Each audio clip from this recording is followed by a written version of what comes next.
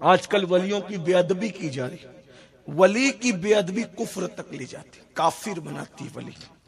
Direct ولی کی بے ادبی پہ کفر کا حکم ہم نہیں دیتے، لیکن آگے چل کے آدمی کافر ہوتا ہے، نقصان چھوٹی بلا بڑی بلا تک لے جاتی ہے۔ اس پر ایک مختصر سی بات کر کے میں آگے بڑھتا ہوں، اینڈ کی طرف بڑھوں گا، بس 2 ہی باتیں کر کے آگے بڑھوں گا، لیکن آپ توجہ فرمائیں۔ سرکار غوث اعظم شیخ عبد القادر جیلانی کا ذکر آیا۔ ولایت کی دنیا میں امت محمدیہ میں اس سے بڑا ولی کوئی نہیں، جن کو ولی کہا جاتا ہے اس امت میں ایسا، بلکہ حضور سے پہلے جو امتیں گزری ان میں بھی ایسا ولی نہیں گزرا۔ غوث پاک ہے۔ جس دن لوگ غوث پاک کو جان جائیں گے، مان جائیں گے، اس دن معاملہ ہی کچھ جدا ہوگا۔ ولایت کی دنیا میں یہی ایک ولی ہے جس کو یہ حکم دیا گیا کہ آپ کہیں کہ میرا قدم ہر ولی کی گردن پر ہے، اور ان کے لیے سارے ولیوں نے اپنی گردن کو جھکا دیا۔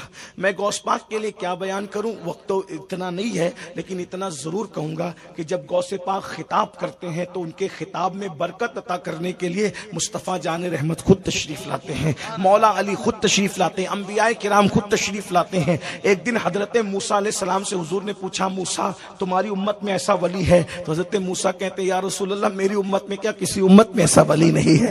یہ غوث پاک ہے، بڑی ہستی ہے۔ غوث پاک رضی اللہ تعالیٰ فرماتے ہیں، مصیبت میں جو میرا نام لے گا میں اس کو یہ بشارت دیتا ہوں کہ میرے نام لینے کی برکت سے اس کی مصیبتیں دور ہو جائے گی، تکلیفیں دور ہو جائے گی۔ اور یہ بالکل جو ہے وہ اللہ اکبر بارہا کا تجربہ ہے۔ غوث پاک کا نام جس نے عقیدت سے لیا، محبت سے لیا۔ دیکھو بھائی، عقیدت شرط ہے۔ جو عقیدے والے نہیں ہے، عقیدت والے نہیں ہے، ان کی کوئی بات ہی نہیں، لیکن عقیدت شرط ہے۔ عقیدت سے نام لے کر کے دیکھو، فوراً مصیبتیں دور ہوتی ہے، تکلیفیں دور ہوتی ہے۔ اللہ اکبر۔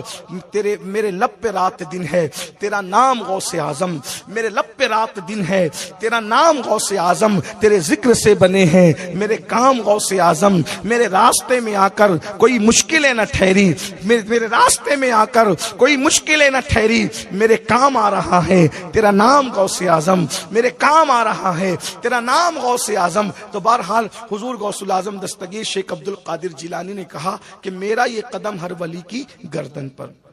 اس میں ایک صاحب تھے، وہ ولی تھے۔ دیکھو، ولی بھی ہو کر غوث پاک کی بے ادبی کرے تو انجام کیا ہوتا ہے، توجہ کریں۔ اگر عام بندہ جس کو کچھ آتا جاتا ہی نہیں، وہ غلطی، یہ جو سزا اللہ دیتا ہے نا، آقا علیہ السلام حدیث قدسی بیان کرتے بخاری میں، اللہ فرماتا ہے، من عاد لی ولیجا فقد آذنتہ بالحرب، جو میرے ولی سے دشمنی کرے گا میں اس کے ساتھ اعلان جنگ کرتا ہوں۔ ولیوں کے خلاف بکواس کرنے والوں کا انجام بڑا خطرناک ہوتا ہے۔ آج لوگوں کو اچھا لگتا ہے، ادب نہیں کرتے، برباد ہوتے ہیں، تباہ ہوتے ہیں۔ وہ بندہ ولی تھا، لیکن جب غوث پاک نے کہا کہ میرا یہ قدم ہر ولی کی گردن پر ہے، تو اس نے کہا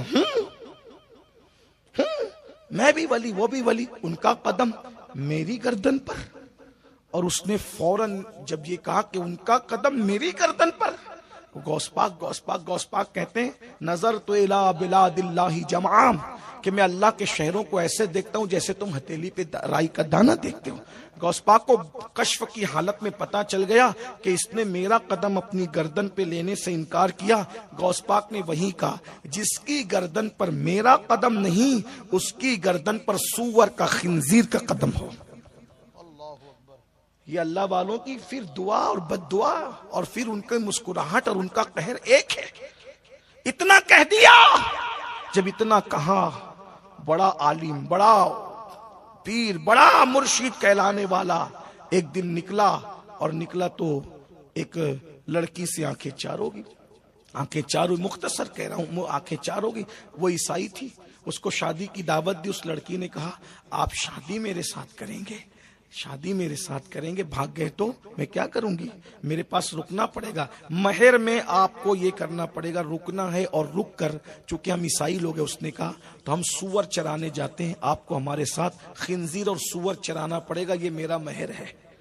اس نے کہا اس کے لیے تیار ہوں، اس کے لیے تیار ہوں۔